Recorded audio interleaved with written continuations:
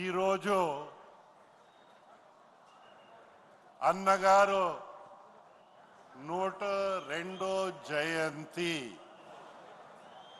ఈనాడు ఇక్కడ మొదట అడుగు పెట్టేటప్పుడు మా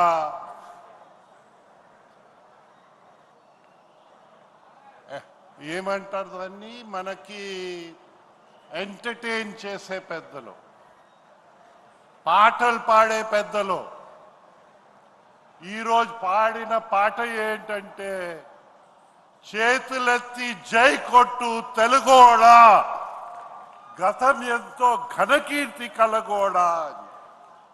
మన జాతీయ అధ్యక్షులు మిత్రులు పెద్దలు చంద్రబాబు నాయుడు గారికి, మా కుటుంబ సభ్యులు, వేదిక పైన ఉన్న కుటుంబ సభ్యులు, మన ముందు ఉన్న కుటుంబ సభ్యులు అందరికీ నా నమస్కారాలు తెలుపుకుంటా ఉన్నాను.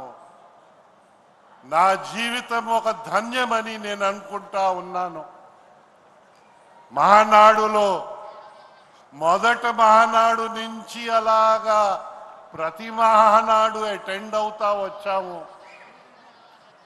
కానీ అన్నగారు జన్మించే రోజు మొదట మాట్లాడే అవకాశం నాకు రావడము నేను నా జీవిత ధన్యమైందని నేను అనుకుంటా ఉన్నాను.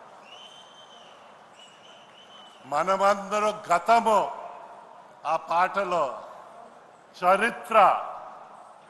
చరిత్ర మనకి ఎవరు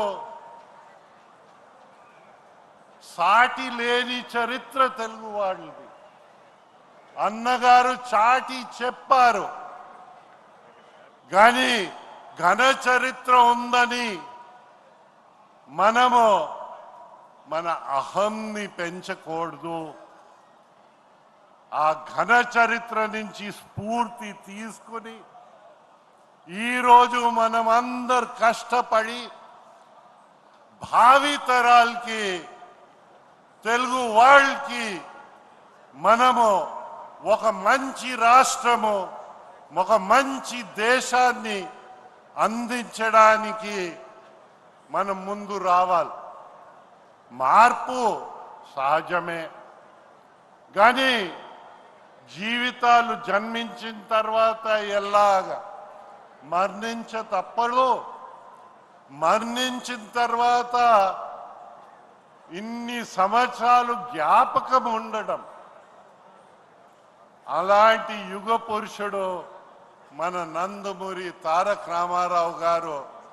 ఆయనకి నివాళి అర్పించగలిగామంటే చాలా ఆనందంగా ఉంది. అయితే మార్పు కంటిన్యూస్ ప్రాసెస్. అయితే విలువల్లో మార్పు రాకూడదు,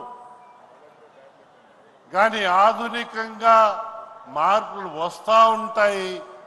మనం అవన్నీ క్యాప్చర్ చేస్తూ మన జీవితాల్ని తీర్చిదిద్దడానికి మన ముందు కలిసికట్టుగా వెళ్ళేసే అవకాశం మనకు అందరికీ ఈ కుటుంబంలో ఆ అవకాశం ఇచ్చారు.